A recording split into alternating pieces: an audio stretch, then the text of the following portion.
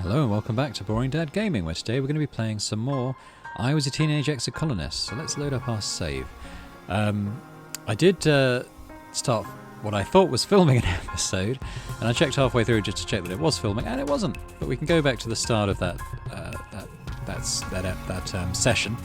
So I'll be replaying this, but you'll be seeing this for the first time with all the terrible regional accents that entails. So I'll try and do the same things I did. I think I went to I think I went to do some biology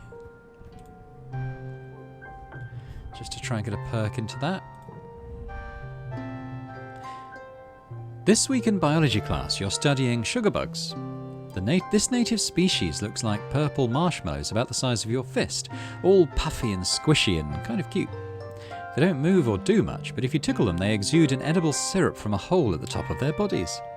And now, says Chief Engineer Instance, you're going to dissect one.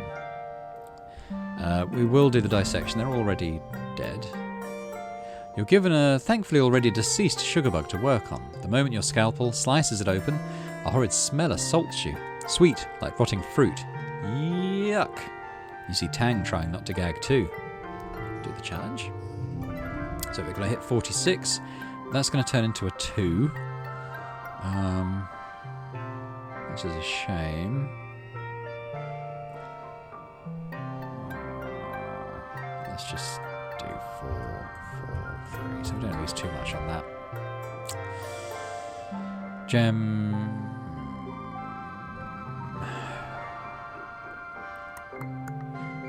So we can actually, that's going to raise that up. Okay, so we could do... Yeah, I don't know if straights work down.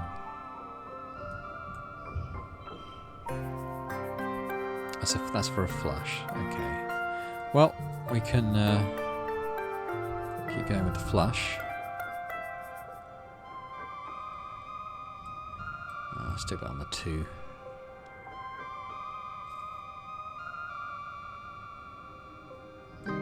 Five, 4, 3, 2. I don't know if... Oh, it's become a 4 now. Okay. Let's make it another 4 then. How do we do? 1 star. Alright. For biology. You carefully section your sugar bug into 6 discrete organs. You take a photo with your holopalm and carefully fill in labels for all the parts. That's pretty good, Tang says, peering at your work. These things are slipperier than I was expecting. Parts of mine are still, moving. Time's up, says Dr. Instance. Please place your dissected sugar bugs into these tanks to leave overnight. The next morning your class is in for a surprise. The sugar bugs are alive again, and there are more of them. Your teacher explains that their DNA is so malleable that almost any part of a sugar bug can turn into any other part if it needs to. The resulting sugar bugs are smaller, but will eventually grow into full-sized ones. But Tumnum biology is weird. Nice, so we've done alright in that. Hopefully got our perk, which I think is going to open up... Ooh. Oh, we did, yeah. So we've unlocked xenobotany research and geoponics, which we're going to go and do now. Grab a blue boba fruit. Yeah, we're going to explore the xenobotany lab. Hey, kiddo, your dad says, looking up from his work desk where he's dissecting a huge bell-shaped flower. Can you hand me that separator? I've really got my hands in things here. You hand him the tool, which he uses to wedge open some sort of weird stoma-like opening inside the bell. Gooey purple nectar oozes out and pools on the desk. Whoa, he exclaims. I thought I'd drain this little beauty. Can you get a towel, I guess? You help him mop up the flower juice. Yuck, it's sticky and smells like rotting vegetables. When you're done, he looks at you with pride. You know, I've been thinking of getting one of you kids to help me out with research in the native plants, he says. You think you might be able to break off some time to help your old man in the lab? I know you've been studying biology, he adds. It's not as glamorous as gene tech research with Instance, but it is important. He grins. Let me talk to your mum about it tonight before you go telling her. She's not a fan of alien plants, you know. If it were up to her, we'd fill these greenhouses... Oh, he's gone scouse now. Greenhouses with earth plants and nothing else. But there's got to be more on this planet that we can cultivate. If you find any cool plants while you're exploring, bring them here and we can take a look at them. So we are going to do that, as that was just unlocking it. We're actually going to do that now. And we'll look at one of the plants we found.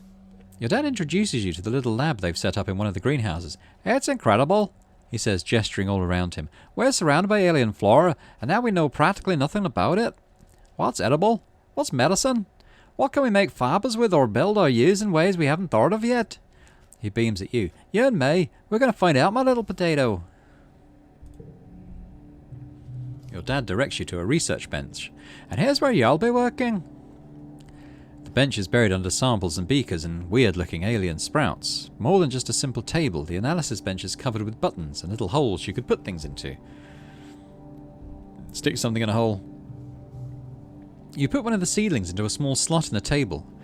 The little door slides shut, then reopens. A loud brrrr noise startles you. Oh no, you broke it! Your dad laughs. Nah, just kidding, you're fine. Good instincts, kiddo. Let's press buttons at random. You mash all the table's buttons until yo, yo, yo, kiddo. It's congruence. The friendly ship's computer beams at you from her own holoscreen set into the bench. Of course she's here. She's the guardian of all knowledge in the colony after all. You wonder who she got yo, yo, yo from, though. Your dad laughs. Don't tell anyone, but congruence is the real brains of the operation, he confesses, though it's not like it's a secret. She'll make sure we don't do anything super dangerous, which means you and I will get to focus on experimentation. If you follow the rules and stick to what you already know, then you won't learn anything new. So don't be afraid to try stuff. You bring your mushwood samples into the lab. You're going to study these and revolutionize the use of mushwood lumber. Maybe. Yeah, we'll study this. You examine the mushwood under a microscope and take notes on its cellular structure. Part of the reason it needs to be harvested in wet is because the cells get so saturated that they lose structural integrity and turn to, well, mush during glow. Studying the exact process by which the cells take in water leads to a breakthrough. It might be possible to hack the process and stop the mushwood trees from taking on too much water during wet. If they don't take on as much water, they won't take as long to dry. You should be able to develop a spray that the loggers can apply to the fruiting body of the mushwood, the part that sticks out above ground. To close its pores... Reducing negative pressure in the body should stop it from pulling so much water from the mycelial network underground. This is great. Logging will be much more efficient now. We added one to colony defense. Okay, random card locked in a slot. So we've only got to hit 22, so maybe we can try and max this out.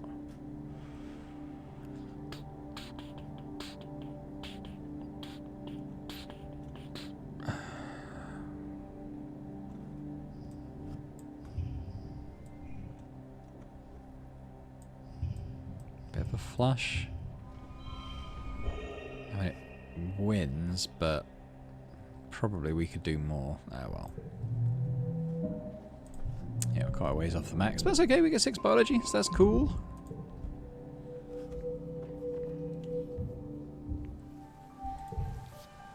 So, I think we could do something with Cal now that we've leveled up biology quite well. What's up, Solana? He asks. Want to help?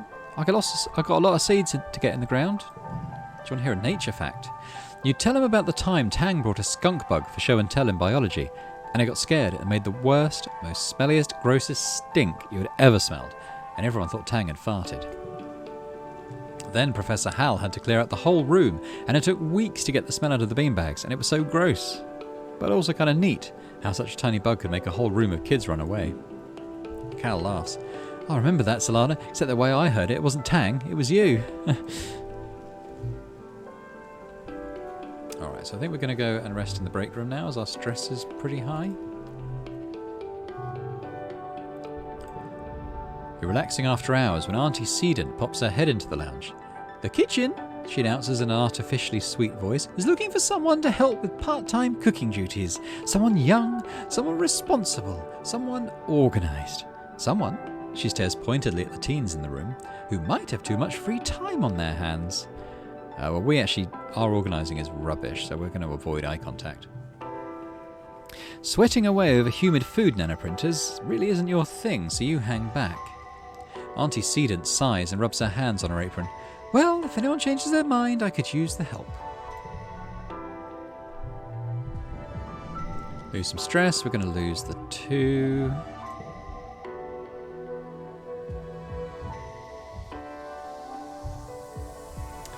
Right, so we've got glow next. So I think what I did in my sort of false start recording, we're going to go and do some defense training. You've heard Security Chief Rhett is on the lookout for lookouts. That is, for kids to chill out on top of the walls all afternoon and count Xenos. Sounds way better than going to class. He gives you a once-over, eyes narrowed. All right, he says, look over there at the end of the field. What does that sign say? We can read it out loud. You can read the sign easily. It says, if you can read this, your eyesight is 20/20. Huh, a weird sign. What does it mean? Rhett nods in approval. Good, you pass. Come back next month and I'll put you on the roster. Okay. Only got 22. We've locked a 5. Why does it have to be there? Make a 6. 6, 5, 4, 3, 2. Does that count as a...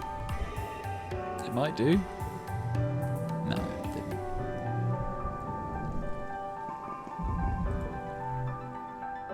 It's been a long month of being cooped up indoors while it poured rain and everything got too muddy and gross to play outside.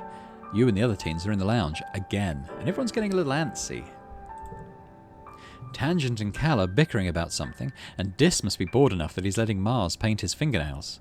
An enemy is trying to do a dance she learned from watching holovids, and she's failing miserably. The sound of her music fills the room. You're starting to feel a little off too, but it's weird. Like you want to yell, but at the same time you want to take off all your clothes and streak through the colony square. An enemy dancer's a little too close to Mars's collection of nail polish, bumping into the table and sending them all, and herself, clattering to the floor. Hey, watch it! Dis snaps. Do your stupid dance somewhere else.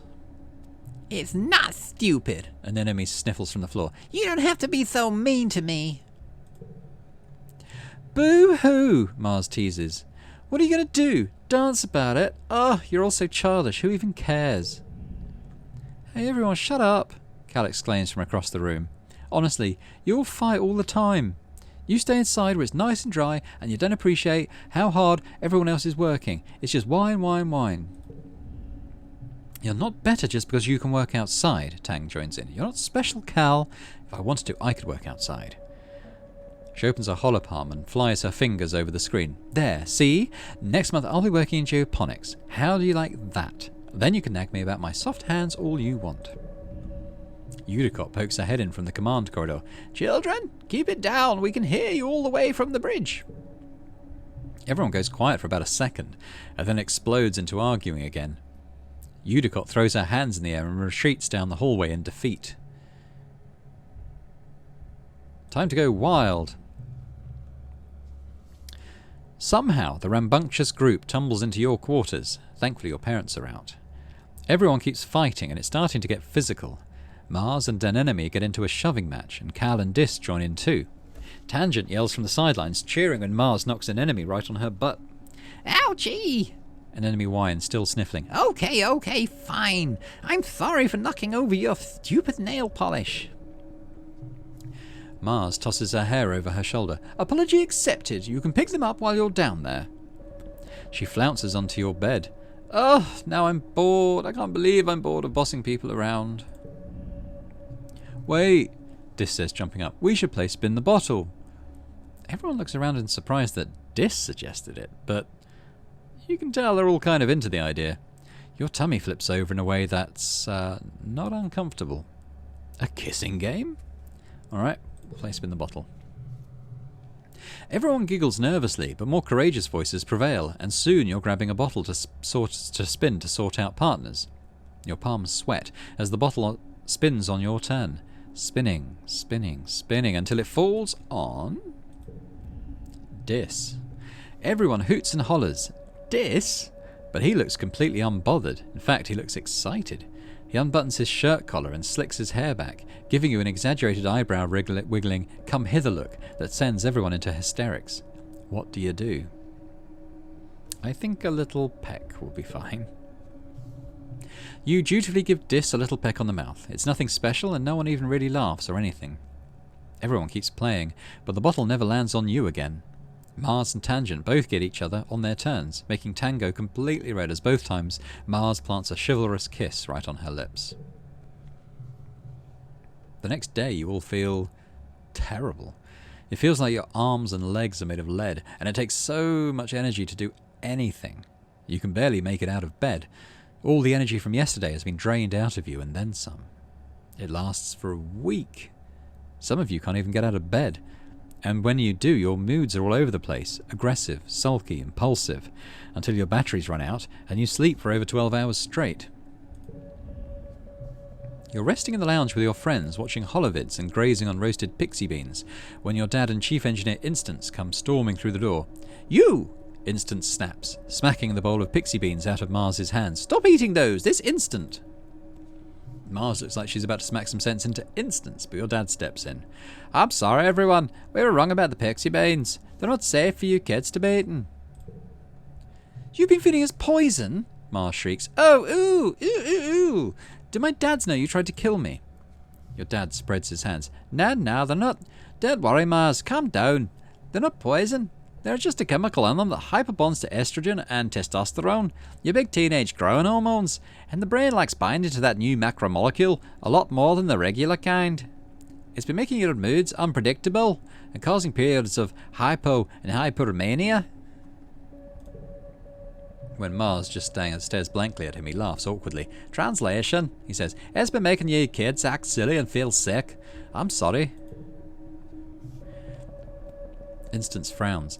"If it's doing this to kids, it's not long until it builds up enough to affect the rest of us, too.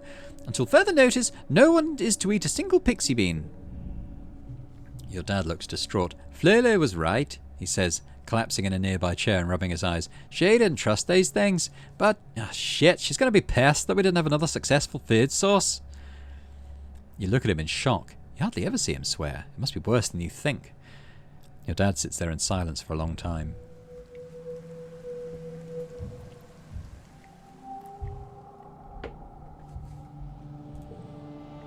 Alright, it's the glow, and we're going to do another round of defense training and see if we get another perk.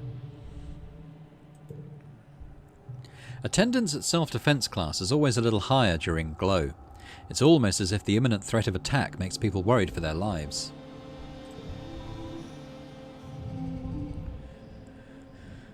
Okay, we can make a red. That's pretty good. So what if we do that? And that. And that. And that. I can get to 30. Yeah. Alright. Another year, another glow. Everyone's pretty sure there's going to be an attack this year, so the colony is on high alert. You're collecting glowflies in the geoponic gardens with Cal and an enemy when the sirens begin to wail. You all stop what you're doing and look at each other nervously. Your parents run off to help defend the farms, telling you to get inside the greenhouses and stay quiet. An enemy declares she's going to the walls to watch the soldiers fight. She knows a good spot. Well, we're going to go and defend because we do pretty well at this. You scramble down from the walls and are immediately faced with a seething wall of hop eyes. You kind of thought there were only a few handful of these usually peaceful creatures in previous years, but there's swarms of them now. And not just hop eyes. Once your eyes adjust to the chaos, you can see large creatures that look like walking bushes. These wild centipede-looking things with long spider legs and at least one giant, many-eyed thing that's hovering clear off the ground, defying gravity. They all seem to be incited into a frenzy, attacking everything in sight and trying to get through the walls. It's dark and chaotic. Com sees you through the fray. "Solana," he shouts, "get to safety." You're suddenly not sure this is a good idea, but then you look up and see an enemy shouting encouragement from up on the wall. We're going to fight tactically.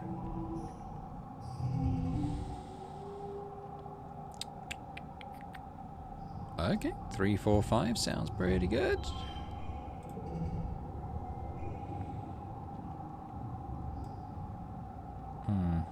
That's going to go to 4, isn't it?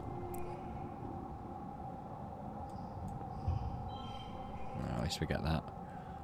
And maybe that's... Is that another 4? 4 of a kind? We could... So we swap those, that'll become a 2. I guess we could do this. 24.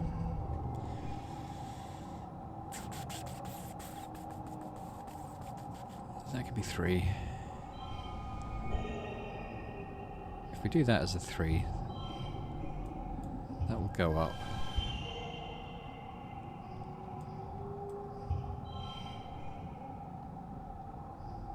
Alright, I'll just do that. Okay, not too bad. 3 combat. You're not even trying to win. There's too many of them and you're unarmed. But even your vulnerability can become a weapon. You use your knowledge of the buildings around the gate to bait anything that slips past the defenders into circling back so they can be picked off by people with actual weapons. An enemy acts as your air support, calling out when certain shortcuts are blocked by the creatures, so you always have an escape route. Eventually the defense forces manage to push back the creatures. The rest of the broken swarm flee back into the wilderness. Com jogs over to you, breathing heavily, and slaps you on the back. You're one brave kid, he says. Stupid but brave. You really helped out back there. An enemy whistles and hollers from the walls, and Com shoots her a grin. Your parents are arguing quietly at your little table. I'm telling you, it wasn't a fluke, your mum says. They're not just wild animals. They have a plan. The fields, the lights. Okay, your dad replies, taking her hands across the tabletop. We have to tell people what we saw in Japonax. They look up, noticing you in the doorway. Your dad's worried expression quickly changes to a smile. Yay, Rutabaga. What happened to the fields? Your mum stands up. Don't worry about that, she snaps. Get to bed, it's late, and we have a lot of work to do tomorrow to clean up. And this is the point at which I stopped to check if I was recording and discovered I wasn't. So we have new character models now. They're all a little bit older. They're 14. So we're going to go and talk to everyone. Oh, Tangent's shaved her hair off. Okay. Mars hates us. Did really good in biology, animals, combat and perception that year. That's pretty cool. Colony's got less food. Alright, we're going to start age 14. New perk. New cards in the depot. That's good, because I wasn't that keen on the ones they were selling. Let's go and talk to an enemy. A 14-year-old anemone.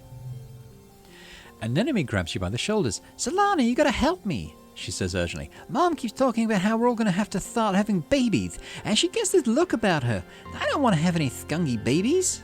An enemy shudders with her whole body. Why do I gotta be in a girl body anyway? I'm tougher and stronger than lots of boys. No one's gonna telling them they gotta have babies.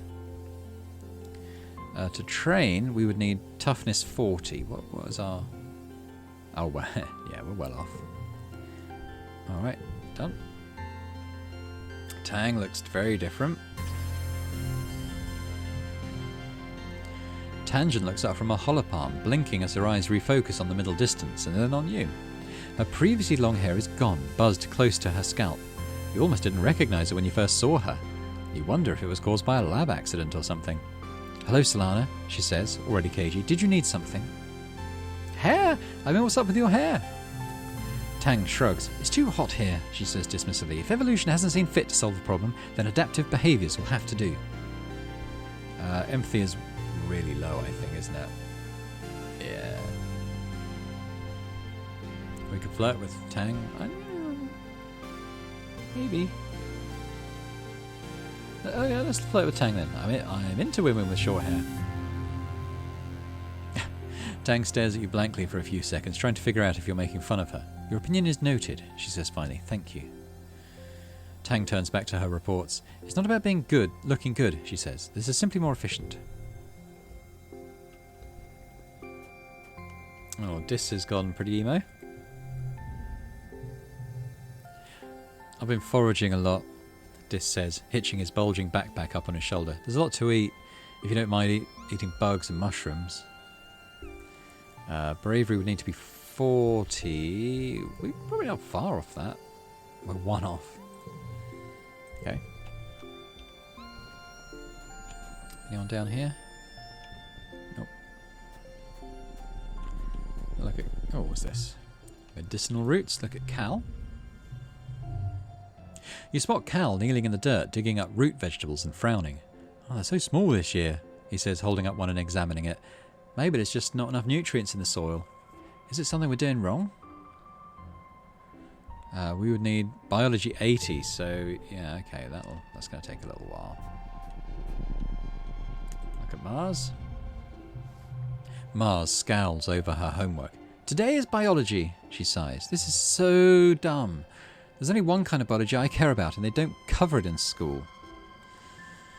We would need how's our... Oh, I suppose persuasion is rubbish. Let's actually go to the shop. See what new stuff it's got.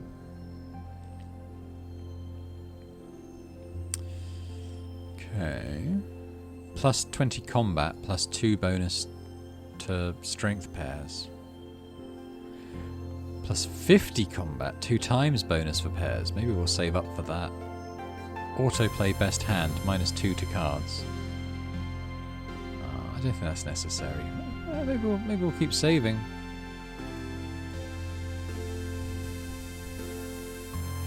Shame we can't sell stuff. Hey, look at our new character. So our stress is getting there. What I'll probably do then is go into class.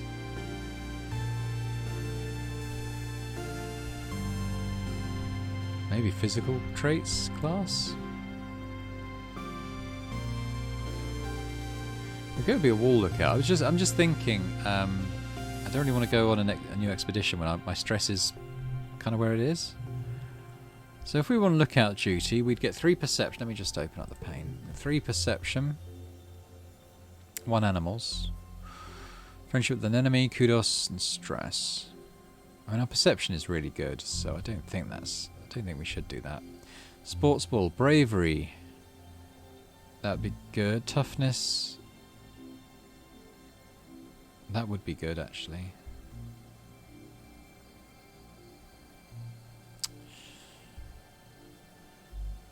Let's do sports ball. Kombuka designs a really fun practice version of the game, where you remove the net and only use your feet to move and pass the ball and try and kick it into the goals. He calls it football because, well, obviously. What a silly name.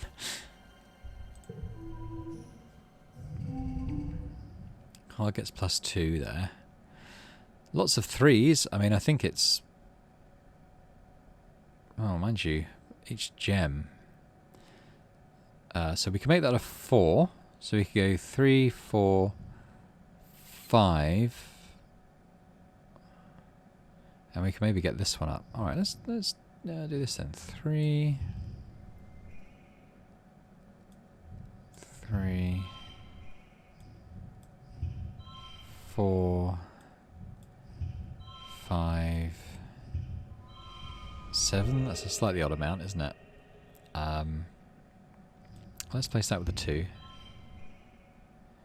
2, 3, 4, 5.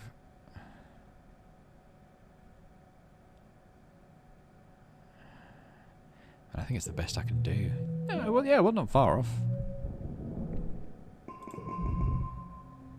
It's your birthday! You wake from a night of blissfully peaceful dreams. No nightmares, no premonitions, just a pleasant feeling of contentment. You stretch your arms over your head, blinking in the watery quiet sunlight that seeps through the porthole window. Things are always changing on Vertumna, but you can't help but feel like things are changing for yourself too. Not just your body, but your mind, your emotions, your future. 14 is going to be your year. Your parents have been working around the clock since the last attack, trying to get the fields right again in time for this year's planting. Spark snow has already started falling, and every day they come home complaining about having to clear it. They ask you to ping them when you're awake so you can share birthday breakfast in your quarters, instead of sitting shoulder to shoulder with everyone else during breakfast service in the canteen. You fire them a message and lie back in your bunk, watching dust motes float lazily in the light. After a minute, there's a knock at the door. It's Auntie Sedant. She sweeps into your room in a bustle of skirts and shawls and sits down beside you on your bunk. "Oh, look at you," she says. "Happy birthday, beautiful. 14 years old." She leans in and gives you a motherly kiss on the forehead. It's been years since she took care of you in the children's creche, but all the kids still call her Auntie and think of her as a close relative. Her sweet baking bread smell is as comforting as it ever was. She sits back and takes one of your hands in both of hers. "Solana, ever since I held you in my arms as a baby, I knew you were special. So important. You're becoming a young man, but I want you to know I will always, always be here for you, just like your mum and dad," she says firmly.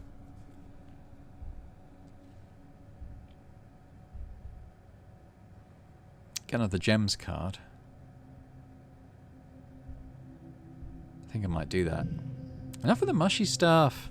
She laughs and releases your hand. "Well then, Mr. Maturity, how about you call me Aunt Anne from now on, like the other adults do?" "Now come on in here," Aunt Anne says, spreading her arms wide. "Give us a great big hug."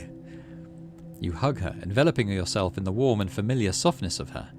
Over her shoulder, you see an enemy standing in the doorway. Well, her hair anyway. She's been growing it out and there's no hiding it behind a corner.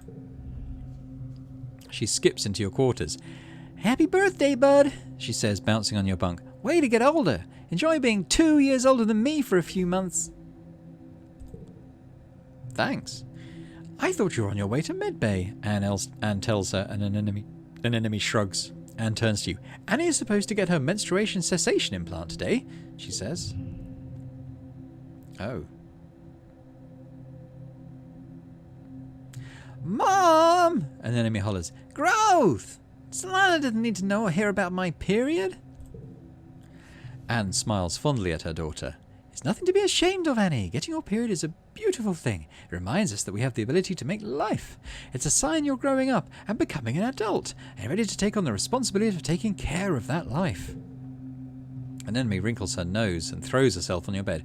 "I'm never making life. Ew! Path!"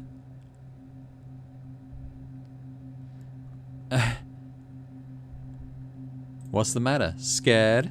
"No," an enemy exclaims, punching you in the arm. "No, of course not. It just super sucks that now everyone's talking about how I'm becoming a woman and how I'll finally look different than my brothers. Ugh." She points at you. "Don't you start too. I'll still kick your ass at sports ball, even with cramps." Your parents finally arrive, still damp from the fields and bringing in the smell of crisp, tangy snow on their clothes. "Oh look, birthday visitors," your dad exclaims. "Anne, are you staying for breakfast?" Anne reaches into her bag and brings out a stack of tiffins. "No thank you, but I brought your order with me from the kitchen, seeing as I was stopping by."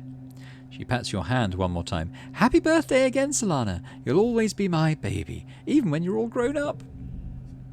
Your mum shakes her head as Anne and an enemy leave. "Oh, Anne," she laughs, "sentimental to the core." She starts laying out the cutlery for breakfast. "But I don't know how the colony would manage without her in the children's creche," she says, and points a fork at you. "Family's more important than the people that birthed you, Solana, and don't you forget it."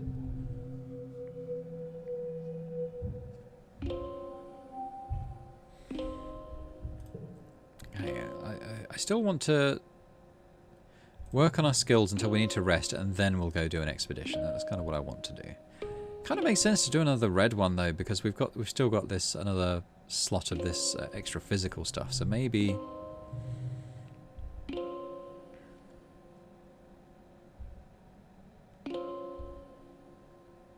I do kind of want to get the toughness up. Right, we'll do another sports ball. Mars may not be as skilled a sports ball player as an enemy, but she plays hard. She orders people around like a team captain, but she isn't so great at passing the ball. She'd rather be the star. Her favourite thing is to spike the ball right into the opposing netstop's body. It's not a legal move, but she's done it so many times that the opposition now stands further back when Mars has the ball, which is exactly what she wants. "Did you see that?" an enemy complains to you during a break. "Mars wouldn't pass the ball to either of us for 10 whole minutes. Somebody has to do something." Let's not pass her the ball.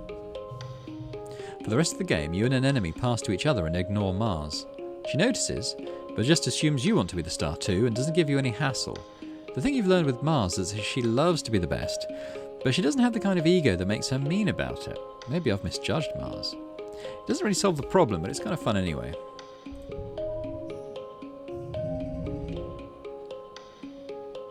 Okay, no, +2 bonus to straight, so let's try and do that. So we've got 2, 3, 4, 5 we can do. Alright, so one of the 2s. 3, 4, 5, 5. How'd I do? Can we do better? 2, 3, 4, 5, 5. I can add 1. Doesn't really matter what suit it is. There we go. Hey.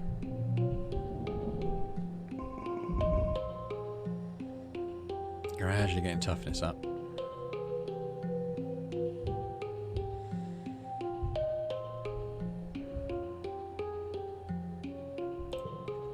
Okay, so we're at 65, I guess. Let's just do a little quick trip round, see if anyone wants to talk to me.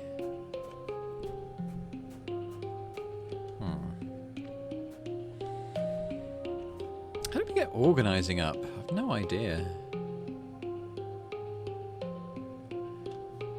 Okay, well we may as well do another red.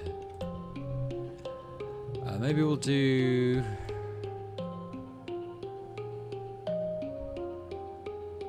combat animals. It does raise animals. I like raising animals. An enemy and you train your very hardest in self-defense class. Sparring with her is a lot of fun, but so are the quiet moments too, when you're stretching out your sore muscles and she shoots you a big, satisfied smile. Carl gets +2. Once, okay. So we could do 2, 3, 4, 5, 6. Couldn't we? 2, 3, 4, 5, 6. Yeah.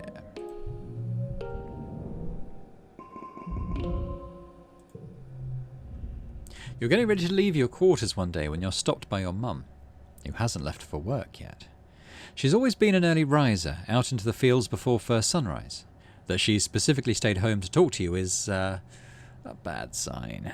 Sit down, Solana, she says. We have to talk. Okay. You sit down across from your mother. She stares you down, just looking right into your soul, like she's counting up every bad thing you've ever done. I don't think you appreciate how much I know about you, she says finally. With the amount of freedom you kids have, you forget that you're being watched. I don't like what I'm seeing. And your attitude, she spits, is absolutely atrocious. I know you're a teenager and you're supposed to push boundaries, but this is ridiculous. You're ridiculous. No, you're ridiculous. She bangs her fist on the table for emphasis. This isn't some Hollywood high school drama, Solana. This is real life. This is life or death. Do you get what I'm saying?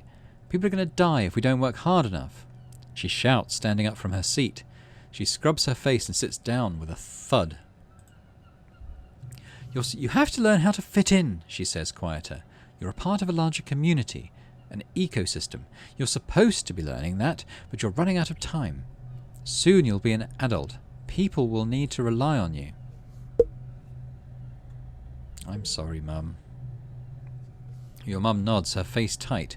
I'm just trying to give you the best start in life, she says. When I was just a little older than you are now, I was fighting a war against the people of Earth. First they attacked us, then they mocked us.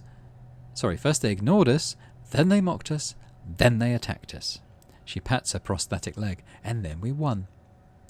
Also, we could give you the chance to grow up here. I don't want you to waste it. Your mum reaches out and pats your hand patronizingly. I remember being your age, full of anger, ready to fight anyone who told me what to do. I wish someone had told me that I deserved better. I wish... She shakes her head. You can do better than this, Solana, she says solemnly. You just have to apply yourself and listen to your elders. This colony needs you to be a part of it. It's why you were born. For a literal rebel fighter, your mum has a strange relationship to authority. You'd think she'd understand what it means to want freedom above all else. She's such a hypocrite. You're sick of people telling you what to do, thinking they know what's best for you. They don't know what it's like to grow up on an alien planet. They don't know what it's like to have all these weird thoughts and dreams. Okay, it's pollen now. And we're up at 80 stress, so I might rest and then go out on an expedition. Oh, got another mushwood log. Dad wants to talk. You can hear your dad sneeze all the way from engineering. It's explosive, like he's trying to scare away predators. He's wiping his nose as you approach, on a handkerchief blotted with shimmering pink. Lately, he's also surrounded by a fine dust of pink pollen that clings to him wherever he goes. You keep brushing the glitter off things in your quarters.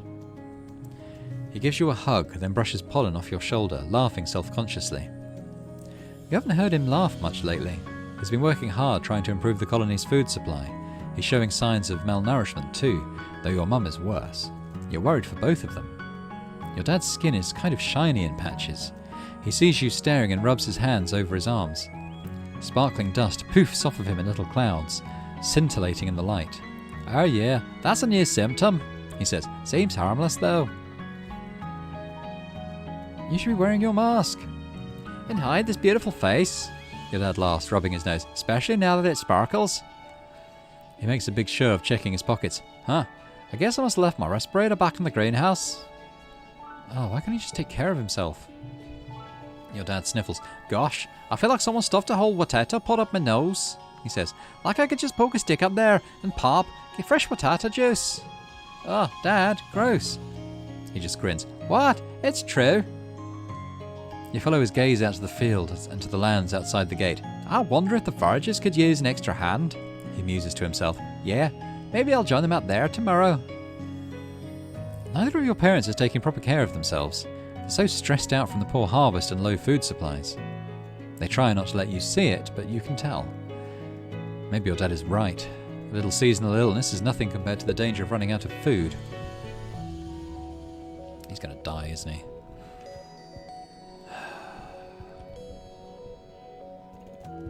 I might...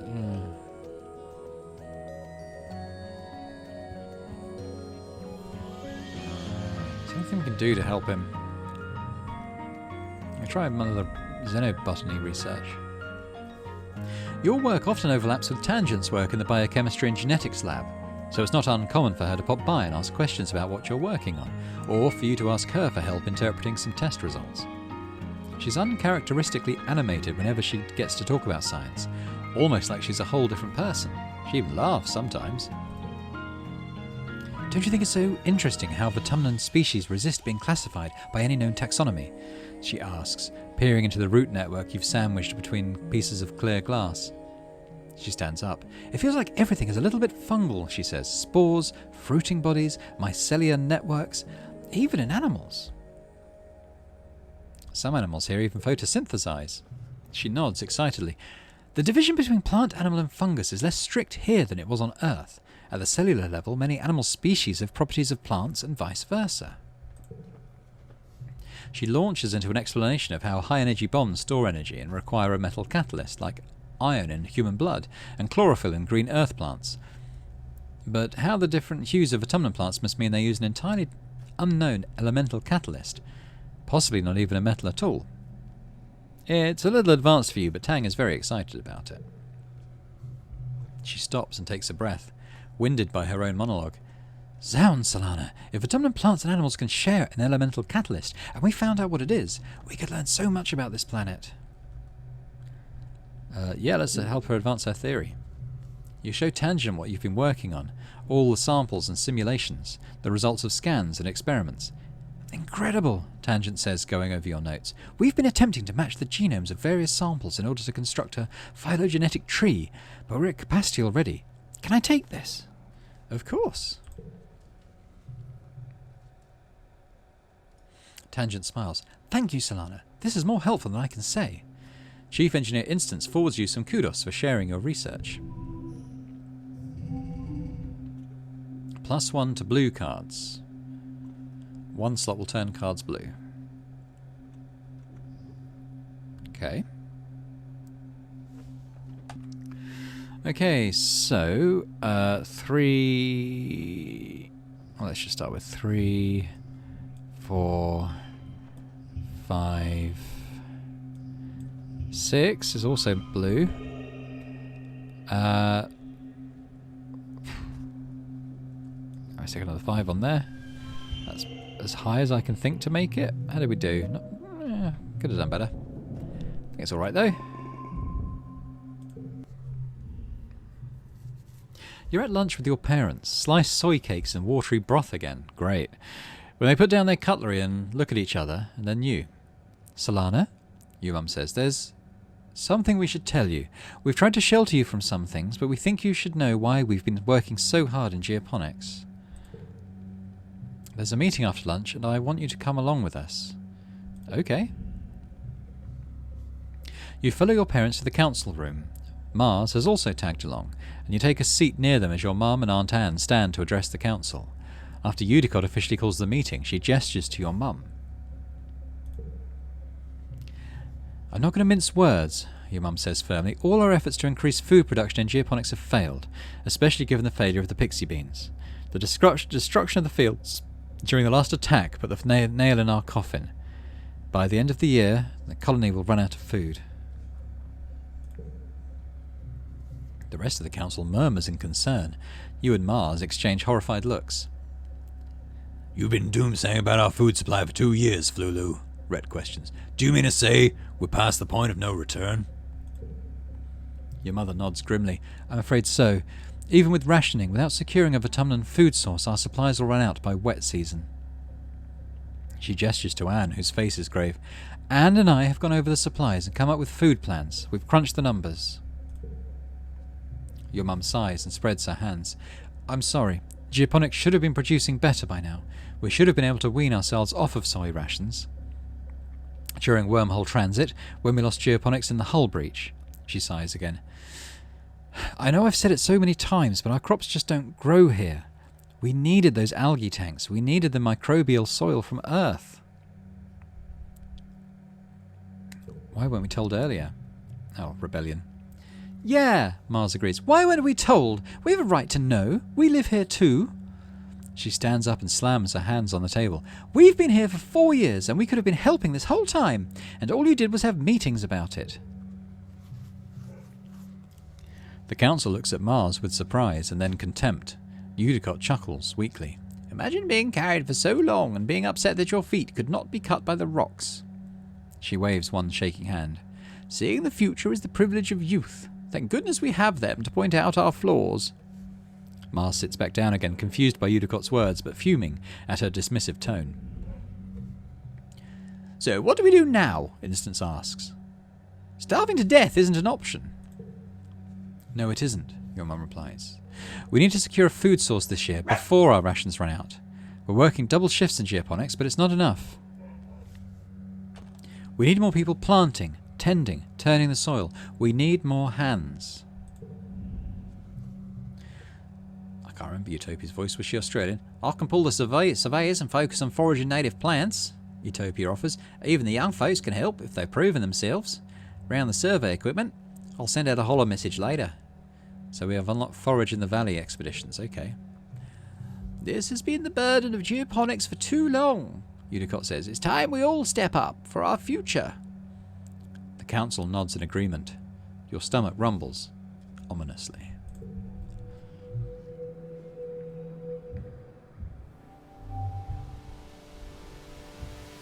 Okay, we have a new modifier. Hunger makes it difficult to do physical tasks, so our physical training skills are going to be reduced by 1, possibly for the foreseeable future. It's hard to know. But I think it probably seems a good point to leave it there. I think the next thing we'll do is go on an expedition, but those can take a while, so we'll sort the videos. It's coming up towards the hour mark. So thanks very much for watching. I hope you've enjoyed this episode of I Was a Teenage Exocolonist. If you did enjoy it, then please do hit the like button on the video. Subscribe to the channel if you've not already done so. That'd be fantastic. And I hope to see you next time for more. And the next expedition in a new area, which will be fun. Bye for now.